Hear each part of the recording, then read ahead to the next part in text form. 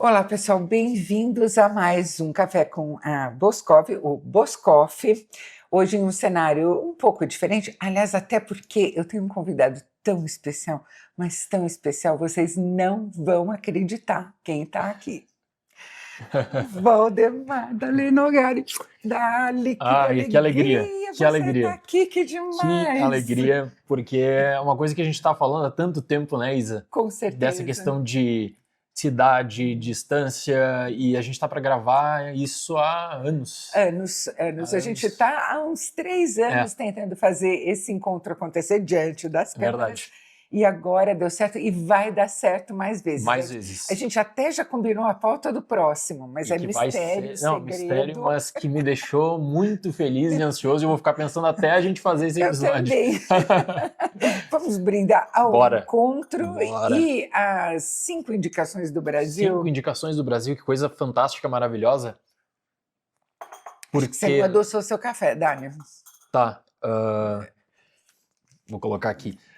Até porque, dessa questão das 5 indicações, existia no ano passado toda uma vontade do Brasil estar indicado com a Fernanda, receber uma indicação para filme internacional. Quando entra para melhor filme, muda totalmente o contexto, o panorama, porque aí o Brasil se credencia a vencer o Oscar de filme internacional. Com certeza. E aí, nessa temporada, a perspectiva toda de O Agente Secreto era tão grandiosa de repetir, pelo menos o Ainda Estou Aqui, né? De conseguir essa indicação para filme internacional, no caso daí o Wagner para ator, receber, quem sabe, a indicação de melhor filme, que era uma disputa complicada, mas estava totalmente credenciado, e o Brasil repete, Isa, 2 anos consecutivos. Isso nunca aconteceu, Dali. Nunca Isso aconteceu. nunca aconteceu. Isso é a coisa mais incrível do mundo. É uma exposição para o cinema brasileiro que é sem precedentes e foi o que, em outros momentos, detonou a explosão do cinema iraniano, Foi. do cinema mexicano, do cinema sul-coreano. Perfeito. Né? Perfeito. É um momento muito especial. Muito especial, porque além de tudo isso, dessa movimentação de quem gosta de cinema no Brasil, que vai estar sempre acompanhando o cinema do Brasil, você consegue trazer novas pessoas para acompanhar o cinema brasileiro, que sempre batiam naquela tecla assim, o cinema argentino tem tantos prêmios da Academia, o Brasil não tem, e ficava repetindo isso, julgando o cinema brasileiro por mérito de premiação, sabendo que aí, a partir de agora, nós temos uma base que eu acredito que o Kleber está falando muito isso, Isa, de inspirar novas histórias de novos roteiristas, novos diretores, para provar que é um momento lindo para fazer cinema no Brasil, o cinema brasileiro é maravilhoso, e existe uma perspectiva também que parecia tão distante de você chegar em festivais, chegar para a temporada de prêmios, conseguir entrar e fazer esse jogo do Oscar, que não é só, como eu digo sempre no meu canal, Isa, colocar o filme bonito para consideração, é você fazer toda uma mecânica de divulgação, de campanha. O termo campanha meio que entrou no vocabulário do povo nessas 2 temporadas, né?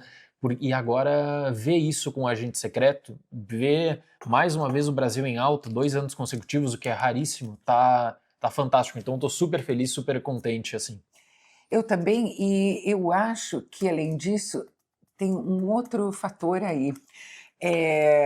Quando as pessoas começam a prestar atenção a uma coisa que é sempre super mal compreendida, né? Que é a questão do quanto se tem de incentivo para qualquer setor. Né? A gente incentiva o agronegócio, porque o agronegócio gera muito emprego e dá muito lucro.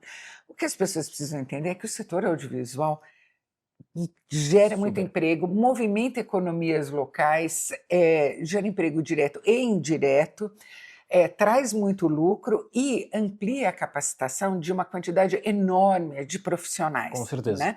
Um filme precisa desde costureiras até diretor de fotografia. E aliás, vamos dizer que Adolfo Veloso, por Sonhos de Trem, que indicação fantástica. Trabalho incrível. Trabalho Nossa, belíssimo. que trabalho lindo. Trabalho lindo. Isso e tudo que tu falou da questão da estrutura do cinema é de pensar desde quem está trabalhando para o transporte do elenco até o elenco. E é bacana colocar isso para consideração, porque a gente não pensa muitas vezes, né, no trabalho da ponta que precisa ser feito para você fazer um filme, fazer a produção do filme, como isso movimenta a economia.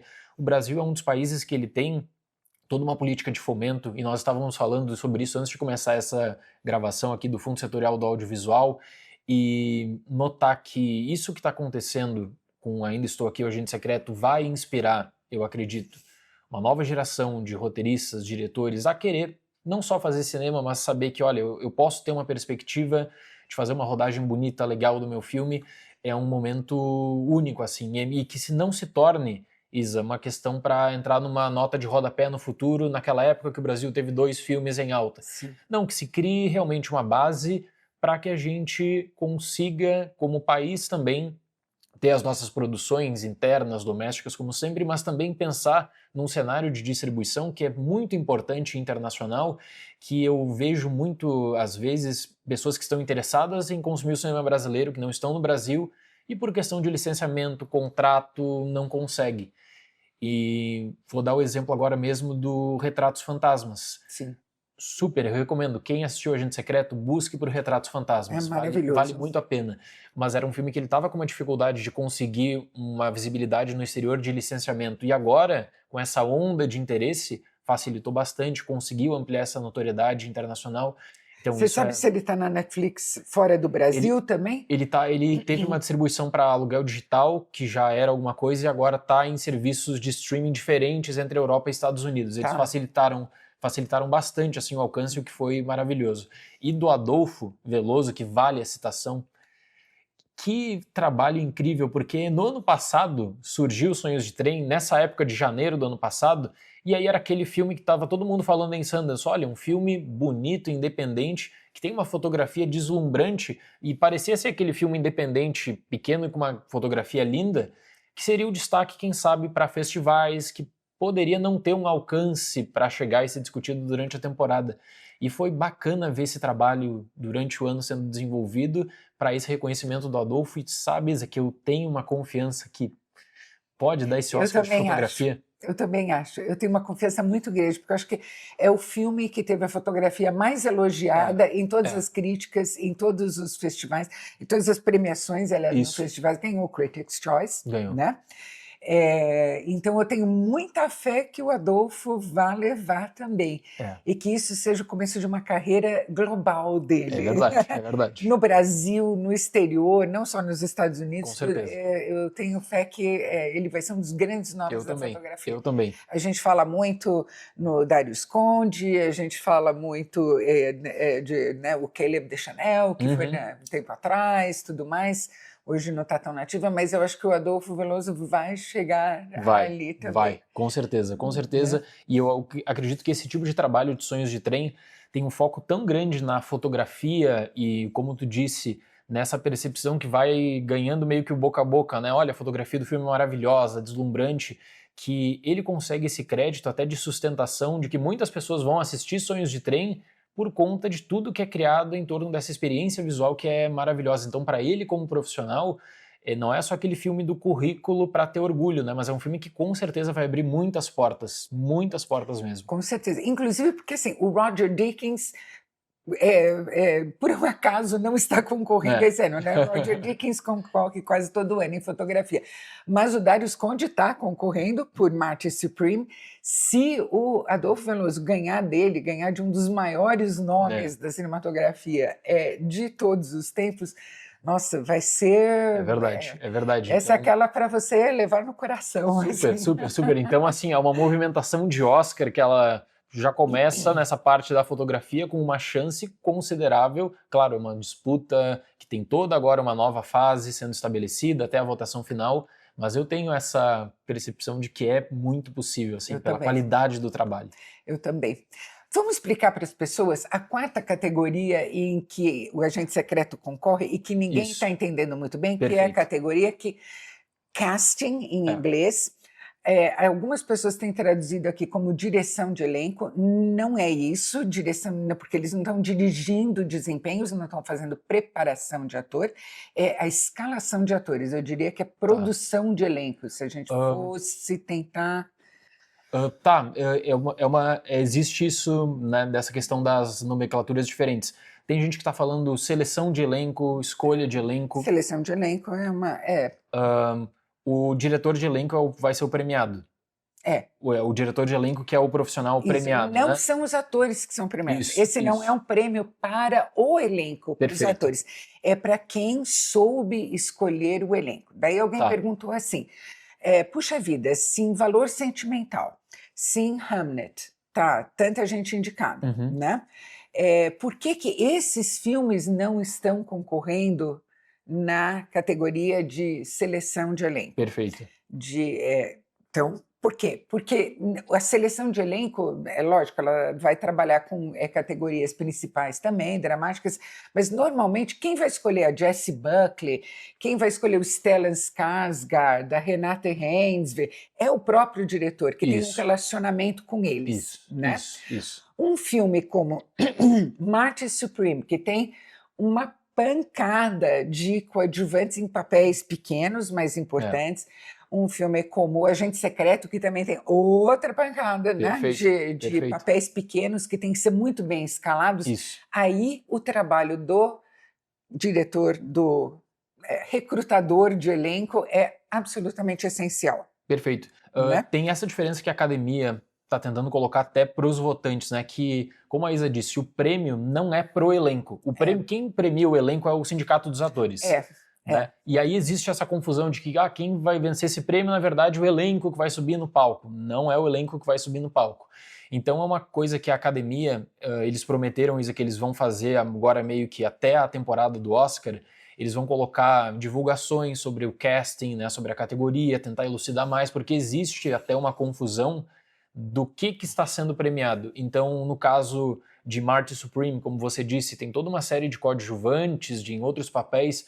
Eles chamaram em Marty Supreme o Kevin O'Leary, que é um profissional que ele trabalha na TV dos Estados Unidos. No Shark Tank. No Shark Tank, que não tinha nada a ver com experiência cinematográfica e que acabou entrando no papel, né? O cara que faz o papel do coordenador da Federação de Tênis de Mesa, isso. Ele é um repórter de viagem, ele escreve sobre viagem normalmente. É que ele fez um TED falando do ping-pong como uma metáfora para a vida uma vez. Né? E aí esse trabalho, né? O trabalho, por exemplo, de um agente secreto é esse trabalho grandioso da seleção que vai além do nome Wagner Moura, porque todo esse processo de escalação é um processo que, como você disse, a Renate Reinsve já tem uma história com o Joachim Trier. Então o diretor, claro que vai oferecer para a Renate Reinsve esse papel que é pensado para ela, assim como o Kleber tem essa relação com o Wagner para o agente secreto, mas a escolha dos com a dona Tânia Maria, que ele já tinha trabalhado em Bacurau, que está maravilhosa, mas o processo é pensado nessa escala ampla para a composição dos coadjuvantes também, né? É a primeira vez que a Academia de Cinema dos Estados Unidos vai entregar esse prêmio. São poucos ainda, o comitê dessa categoria é um comitê muito pequeno. Então nós não temos nenhum parâmetro para saber para qual rumo esse prêmio vai... Então o Agente Secreto está na disputa. Está na disputa porque a gente não sabe o rumo que vai acontecer nesse Oscar 2026. Aí a partir desse ano que a gente vai ter um panorama para saber o que a academia está entendendo, mas que existe uma confusão até com quem trabalha com cinema. Dentro da academia, do que é o casting, né? Existe, não tenha dúvida. E é barato isso, porque a gente tem diretores, a gente tem recrutadores de elenco super famosos, né? Na indústria, quer dizer, o público em geral não conhece eles, mas dentro da indústria tem nomes que são icônicos no recrutamento de elenco. Né? Um dos ex-presidentes da academia, inclusive, tinha prometido que queria criar essa categoria. Por muito tempo a categoria ela ficou meio em stand-by porque eles justificavam que não tinham espaço por causa da televisão. A televisão nos Estados Unidos não queria adicionar uma outra categoria porque passaria muito das 3 horas de cerimônia. Quando reduz a categoria de som, né, que era mixagem e edição, aí junta para som, abre essa janela de oportunidade e agora vem todo um processo para entender o que é o casting e para mostrar para o público o que é.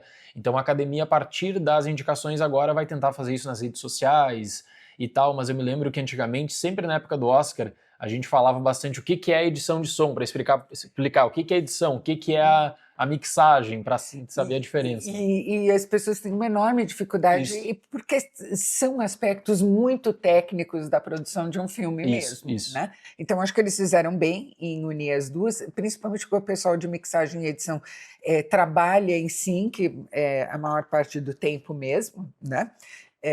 O trabalho de um depende do trabalho de outro ali, eles têm que concatenar.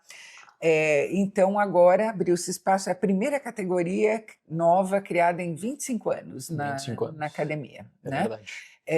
E eu acho uma categoria super importante, porque pensa assim, quantos atores e atrizes que a gente acha fantásticos hoje em dia, que têm uma carreira ultra importante dentro do cinema, não foram descobertos por um recrutador de elenco que tinha um olho clínico. Eu fico pensando, por exemplo, em Body Heat, que aqui se chamava Corpos Ardentes, né?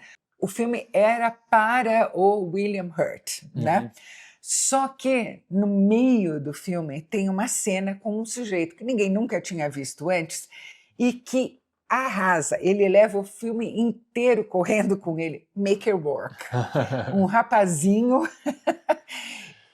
mas tão ardiloso que ele fala baixo e se coloca numa posição em que o William Hurt é que tem que ir até ele, entender as falas. Quando a pessoa nasce sabendo, ela nasce sabendo. Não, é mesmo.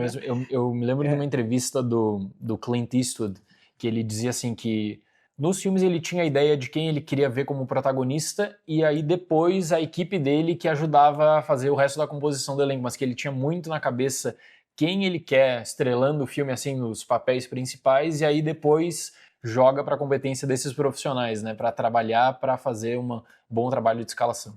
Não, com certeza, porque você não pode conhecer um diretor, não tem como conhecer todos os atores ao mesmo tempo, principalmente aqueles que estão começando, aqueles que só foram vistos numa peça de teatro off-Broadway, mas quem é o profissional da área já fica de olho em todo mundo que está surgindo.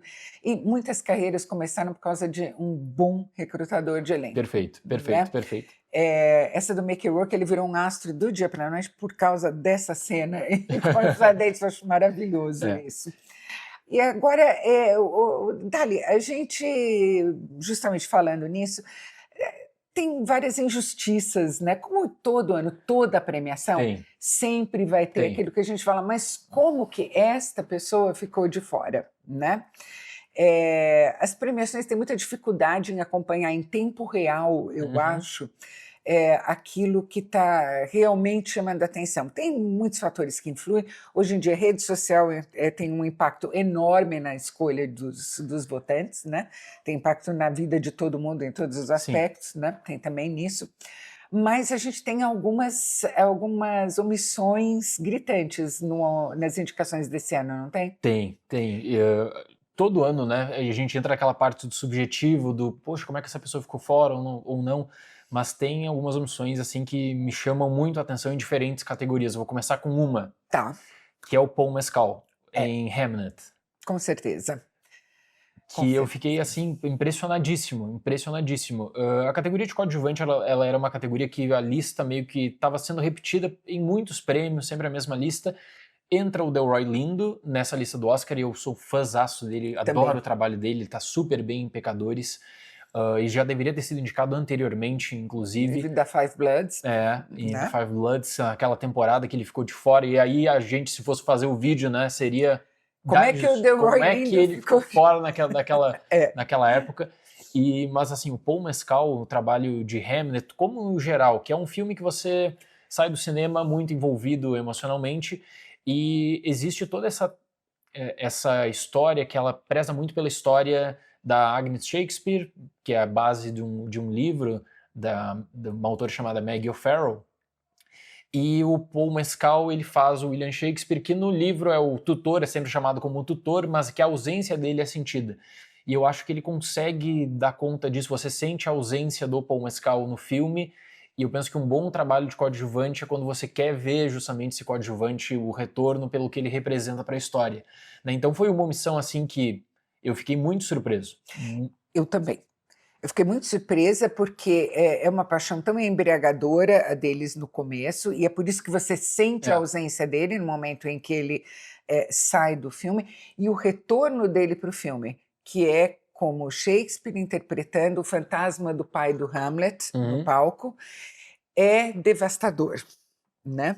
Nossa, É um dos retornos mais dilacerantes de um personagem à cena em um filme que eu já vi. Então, verdade.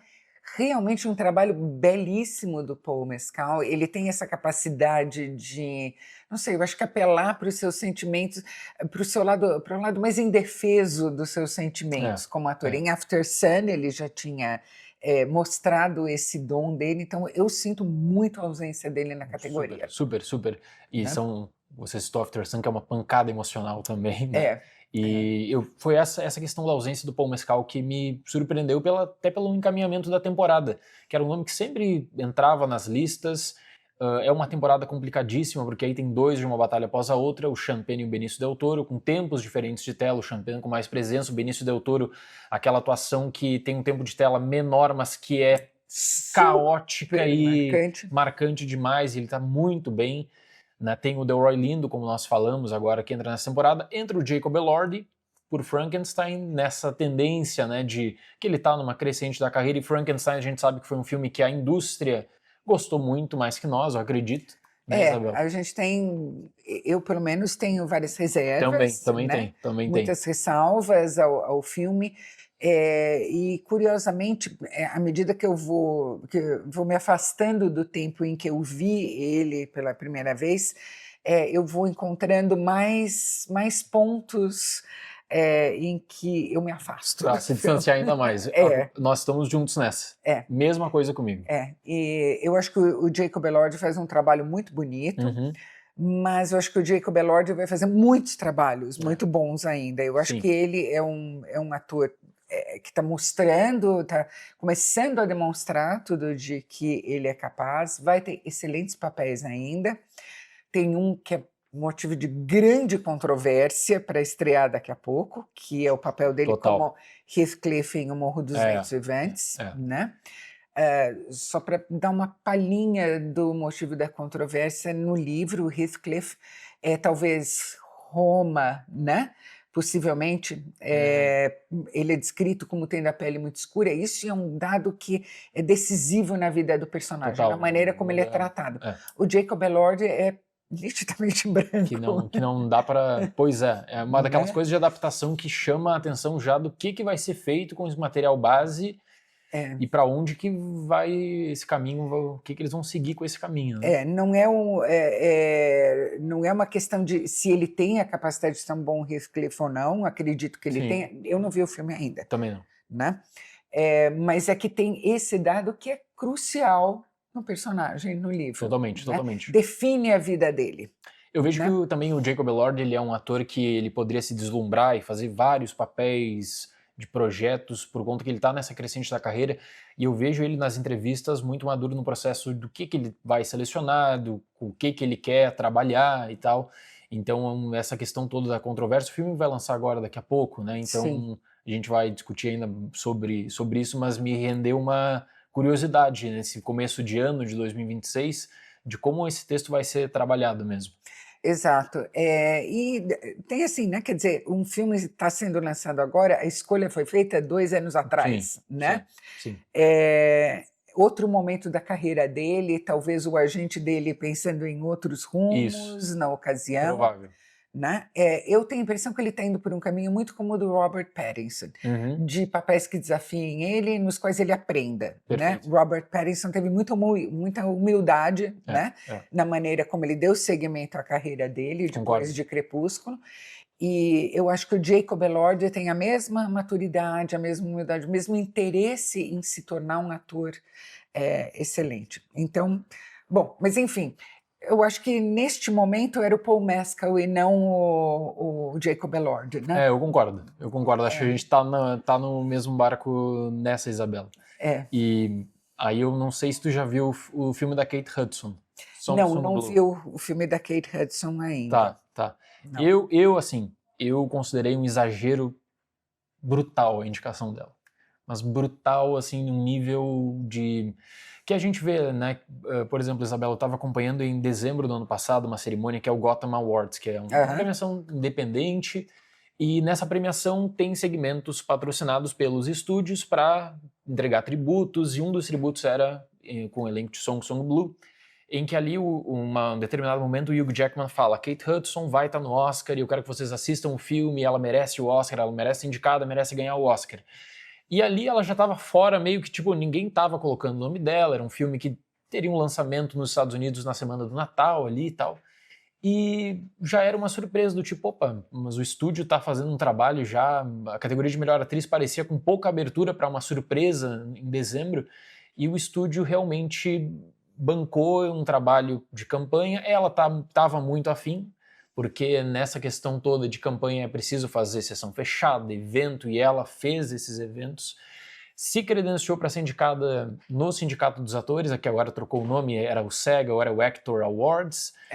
Foi chegando devagarinho ali para meio que pegar o lugarzinho dela e foi indicada para melhor atriz. Para mim, é aquela injustiça enorme que aí entra numa questão específica de contexto de campanha e que você vê que em determinadas temporadas o Oscar também pesa muito esse lobby e às vezes a carreira da pessoa.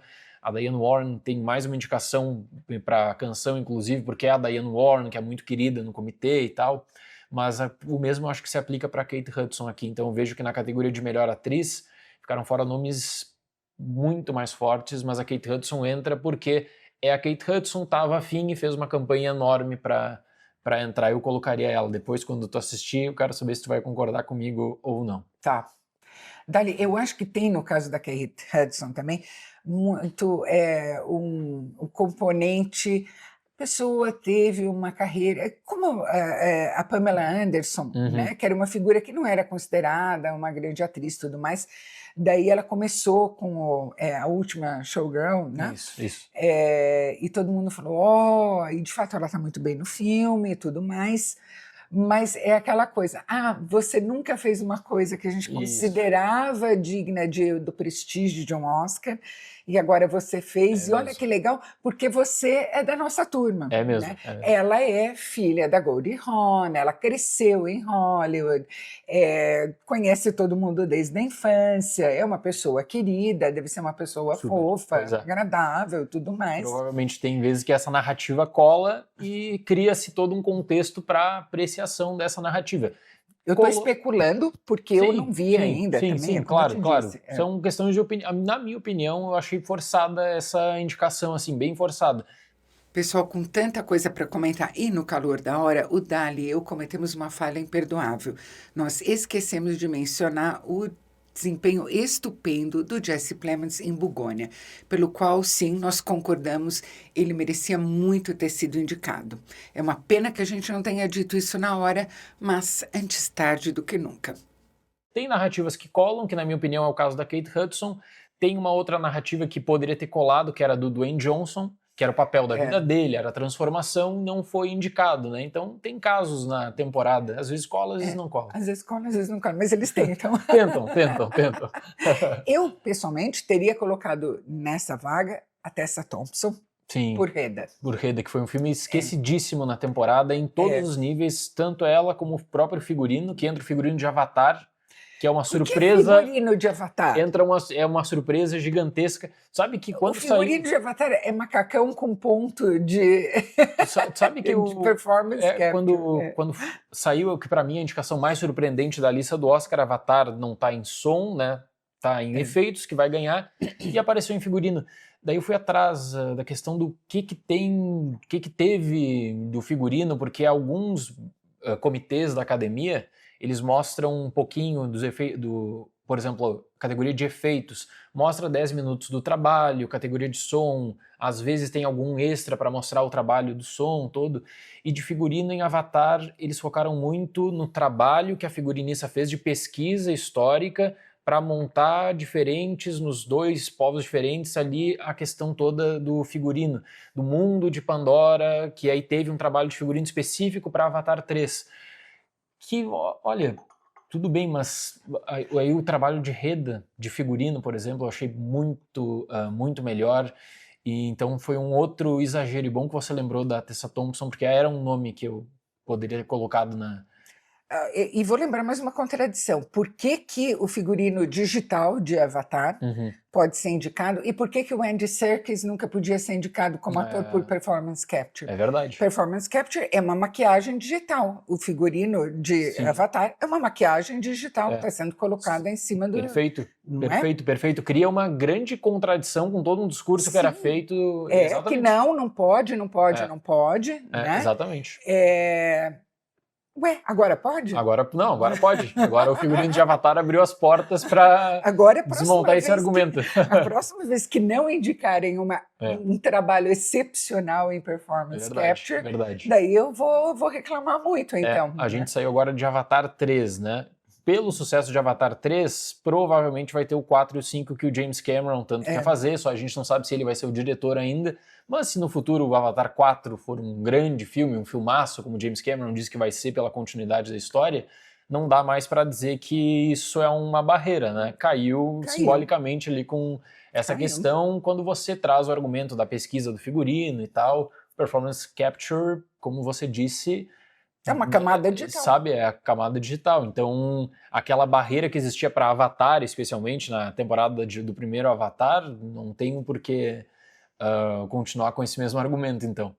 Não, e o Andy Serkis nos 3 Planetas dos Macacos, em qualquer um deles, ele poderia ter sido indicado.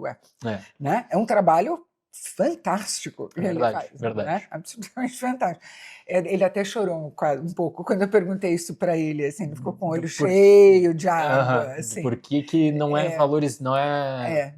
Porque o cara, como qualquer ator, ele coloca o coração e a alma ali para fazer. Né? É verdade. Quem você teria colocado, além da Tessa Thompson? Tem um filme muito bonito que eu até imaginei que poderia, quem sabe, entrar numa vaga de roteiro, que é Sorry Baby. Sim. Né? Sorry Baby, Eva Victor, então eu imaginei que, quem sabe, ali uma força independente no finalzinho.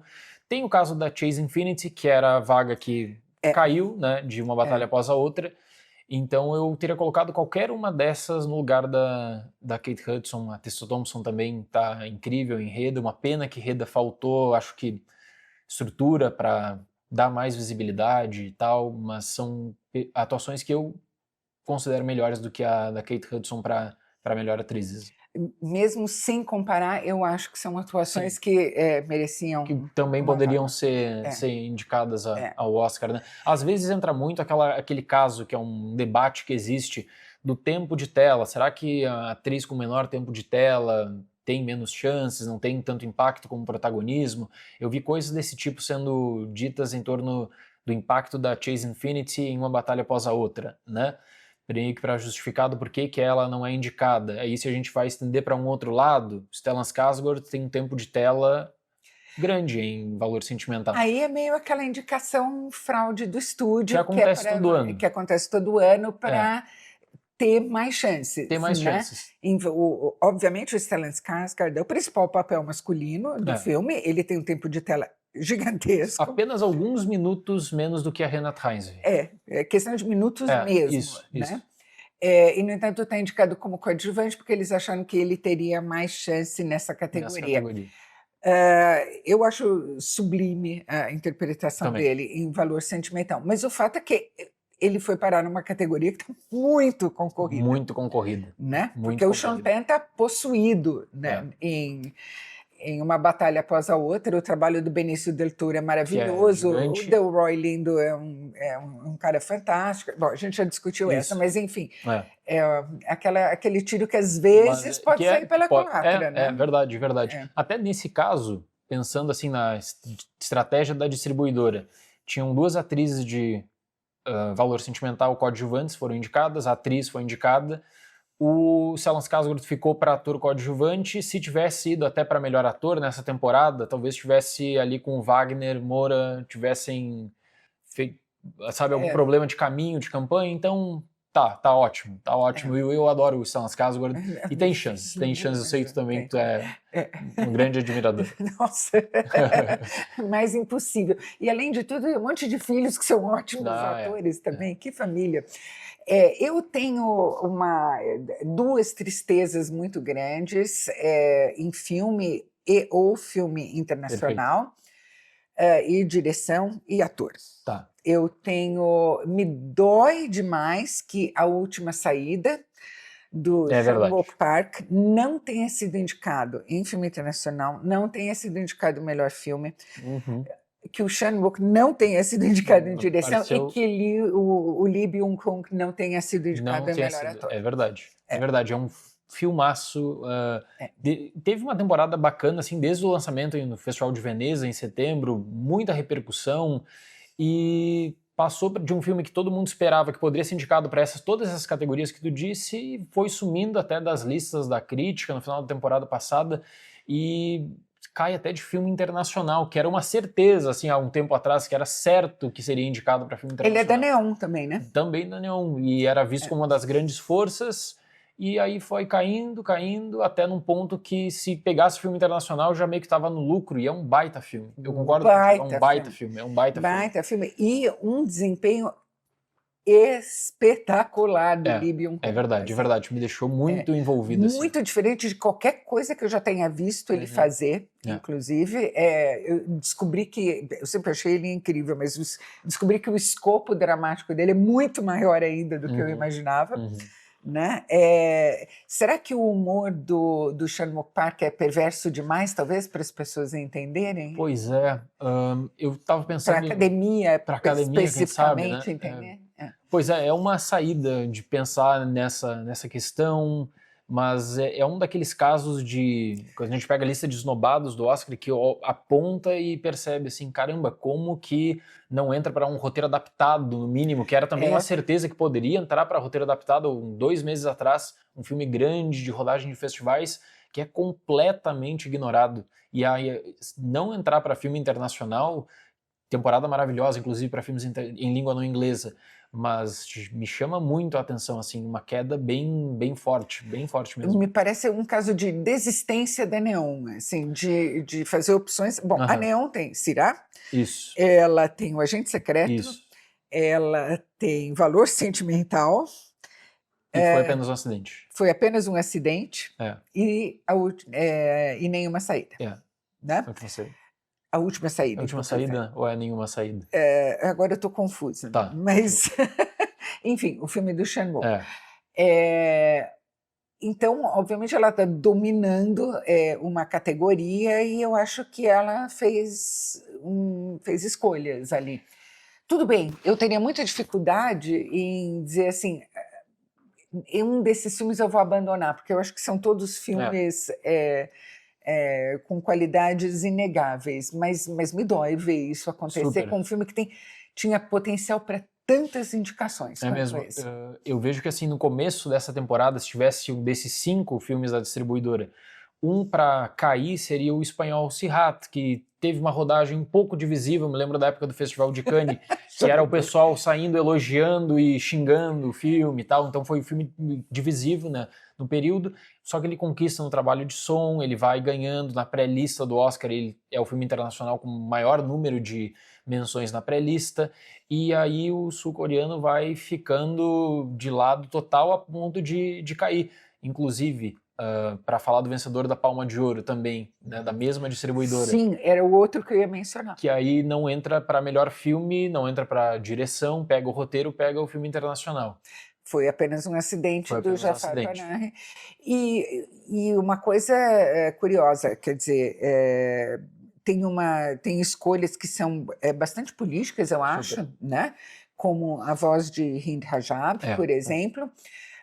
E o Irã está passando por um período trágico, dramático, né? E é um filme que fala justamente disso, né? De como fala de vidas completamente destruídas pelo regime, né? Pela perseguição do regime. São histórias que o Jafar Panahi ouviu enquanto ele estava preso pelo regime, né?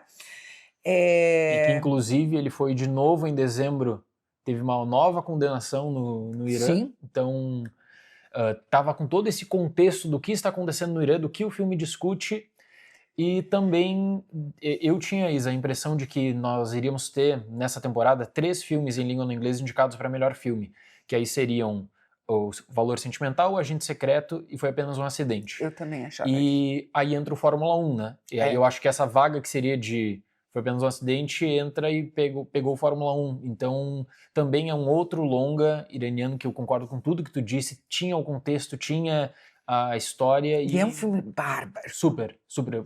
Nossa, Bárbaro. eu tô me segurando aqui para não falar mais, para não entregar mais do que eu deveria, mas é fantástico. É fantástico. É incrível. E as condições em que ele foi feito, quer dizer, que foi rodado clandestinamente em Teherã, eles fugindo da polícia religiosa islâmica o tempo todo, né? O Jafar é um cara de muita coragem, além de ser um cineasta de um talento imensurável. Então, eu fiquei muito surpresa e muito chateada. E alguém pode perguntar assim, faltou então campanha, vocês estão falando de campanha, faltou campanha? Ele estava nos Estados Unidos, novembro, dezembro, ele fez um circuito para exibição do filme em várias cidades, aquelas sessões comentadas que eu disse que precisa ter, o filme teve, então não foi falta de visibilidade, o filme estava no circuito, entra para filme internacional, fica o filme para filme internacional, pega uma vaga de roteiro também, mas eu acho que tinha capacidade, pelo peso que tem desde Cannes, com todo esse contexto, de conseguir outras indicações, direção, filme, pelo menos, né?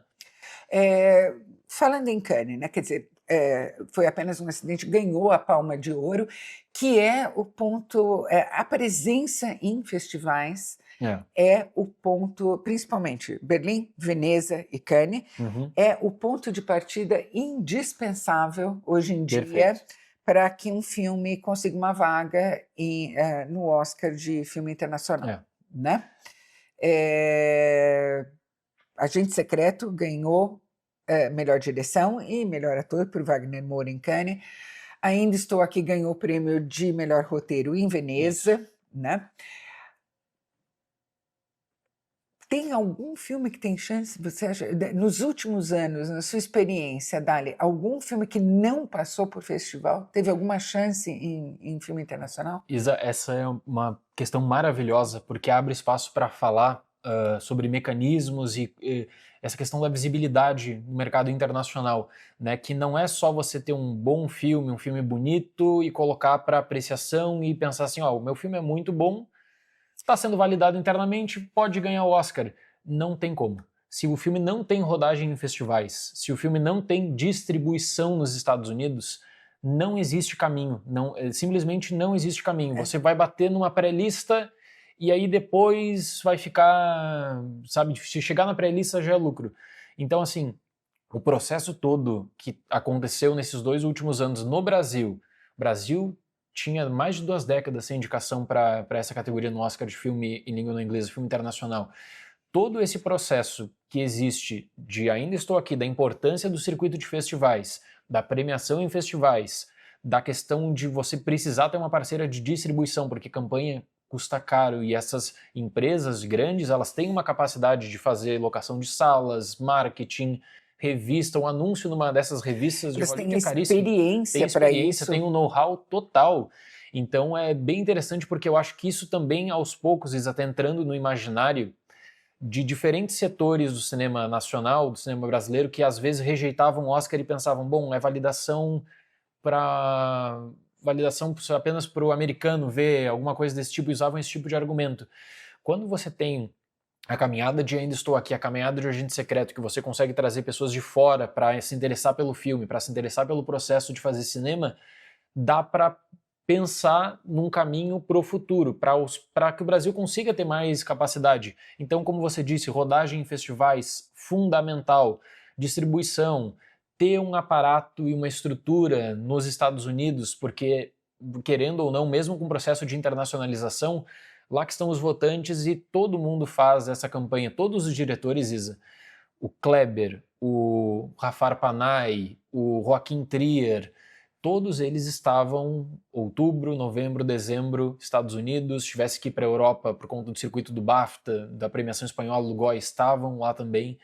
Então é uma mensagem que fica pro futuro. Para que o Brasil consiga aparecer de novo, precisa ter essa rodagem.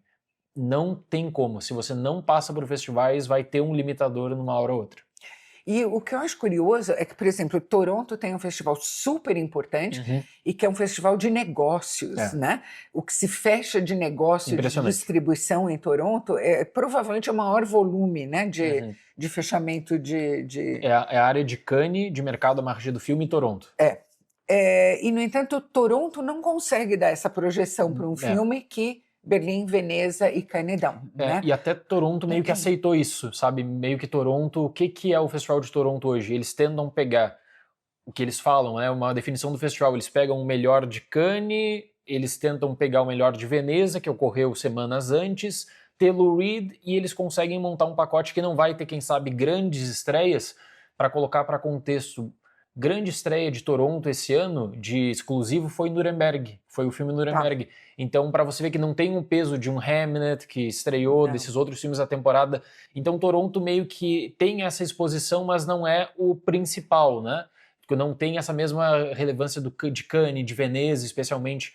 Então, o próprio festival meio que adotou essa identidade também, que eles vão ser usados como Londres, como Nova York, para ajudar para propulsionar uma candidatura de um filme também para a visibilidade, muito focado, como você disse, na área de negócio, mas que para eles está funcionando bem, né? Eles adotaram isso e o Toronto é um festival que meio que tem a parte de negócios e eles tentam trazer um pouquinho do melhor dos festivais anteriores. Eu só fiz esse ponto sobre Toronto para dizer que não adianta tentar fazer o circuito dos festivais secundários. Não tem adianta. Não tem tem que estar em um dos três grandes, tem que estar um dos três grandes europeus. Eles são a plataforma de lançamento. Se você pula e tenta colocar assim, mas eu vou colocar numa seleção paralela ali de Toronto, que Toronto abre espaço, né? Toronto tem uma base agora, por exemplo, de visibilidade para o cinema latino-americano muito forte. Eles colocaram isso até como uma prioridade a partir de 2026, que o festival vai ter uma ampliação. Mas não adianta, você tem que buscar esse alinhamento. Eu vejo que Cannes, que se tornava antigamente um desafio, né? Até o processo de inscrição e tudo, meio que era esse tabu que vai ficando de lado. Tenta colocar o filme. É difícil, é muito difícil entrar na mostra principal de Cannes, mas tem outras mostras paralelas. Veneza, é necessário fazer essa rodagem. Não dá para se contentar... eu consegui uma amostra paralela de Toronto. Não. Vai ficar atrás porque os outros países têm que pensar, né, no que está acontecendo e na estrutura que é feita hoje em dia. Então, um exemplo de Ainda Estou Aqui, de Agente Secreto, é um modelo macro para notar que o caminho é esse. O caminho é do festival, da visibilidade, da distribuição, é necessário campanha. Eu acredito, Isa, que o Kleber... ele está muito mais envolvido com campanha também do que ele estava em Retratos Fantasmas, tem uma mudança na postura dele que eu acho que é importante e isso faz toda a diferença. Eu acho que, principalmente depois de Ainda Estou Aqui, ficou muito claro que o Oscar é só validação para americano.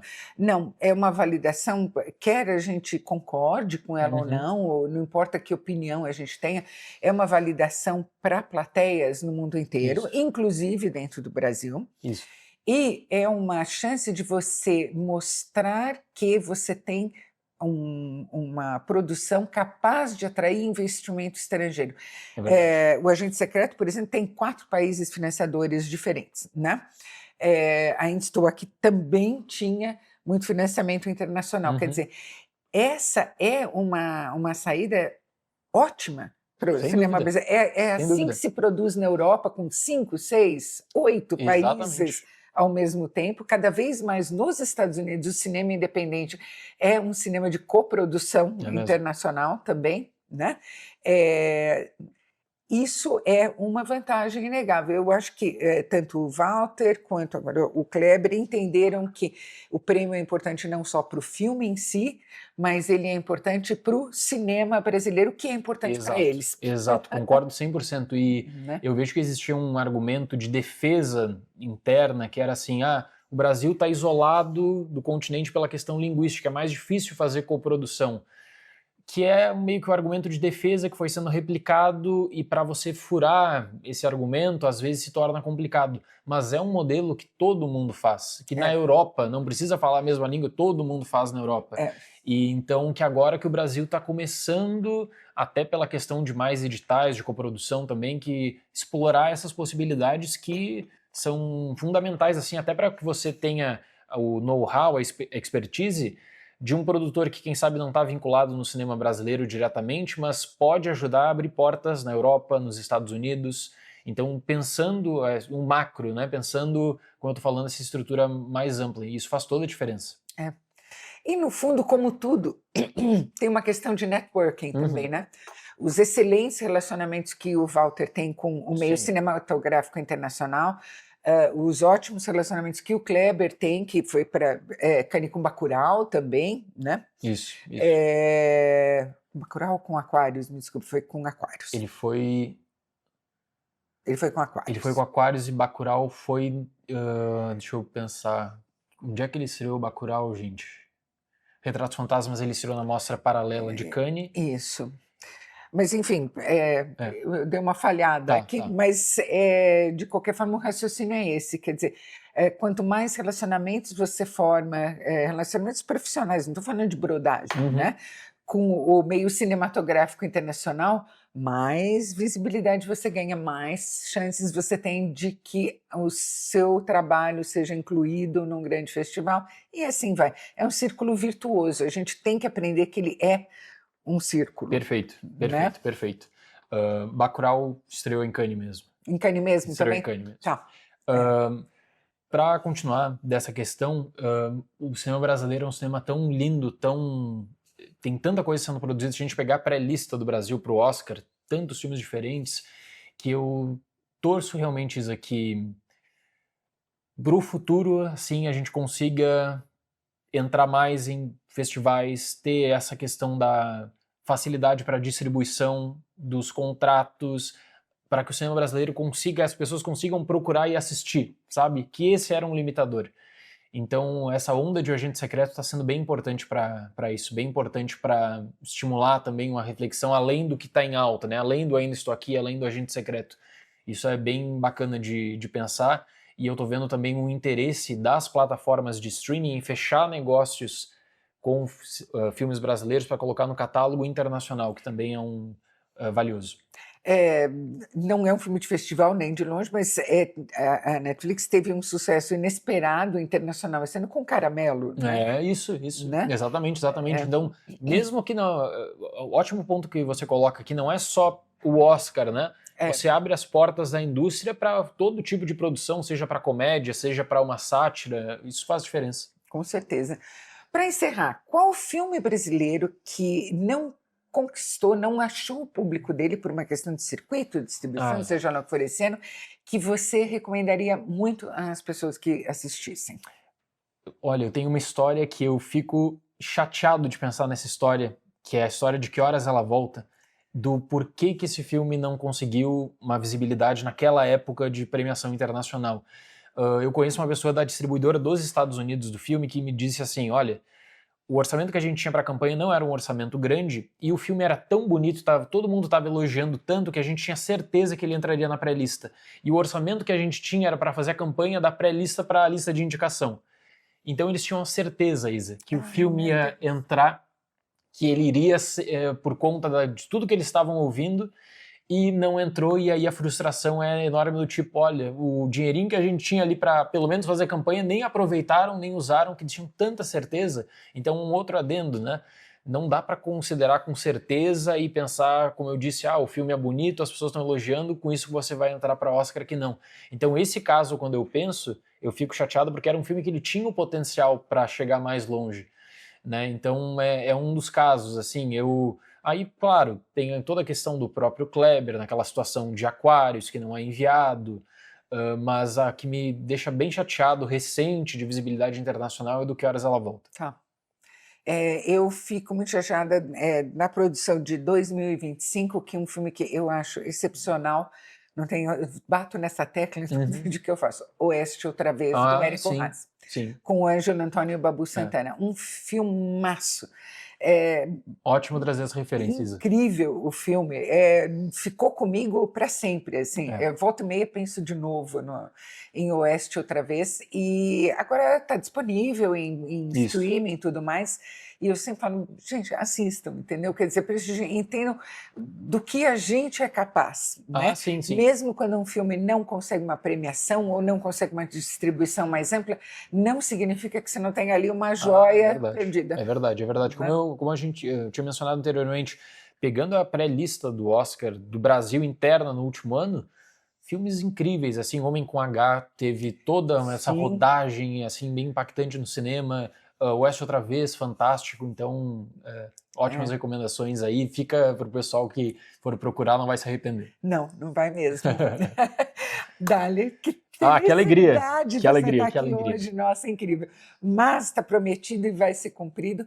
Vamos ter várias outras conversas nos próximos meses. Isso. E a próxima, assim, não vou dar spoiler, a gente não vai dar spoiler, mas vai ser muito especial. Vai ser muito especial. Vai ser um tema muito especial mesmo, gente. Nós dois já temos assim, oba! Verdade. Super obrigada por ter vindo aqui hoje. Obrigada mesmo. Valeu, fico super feliz. Eu também. É isso, pessoal. Até o próximo Boscoff.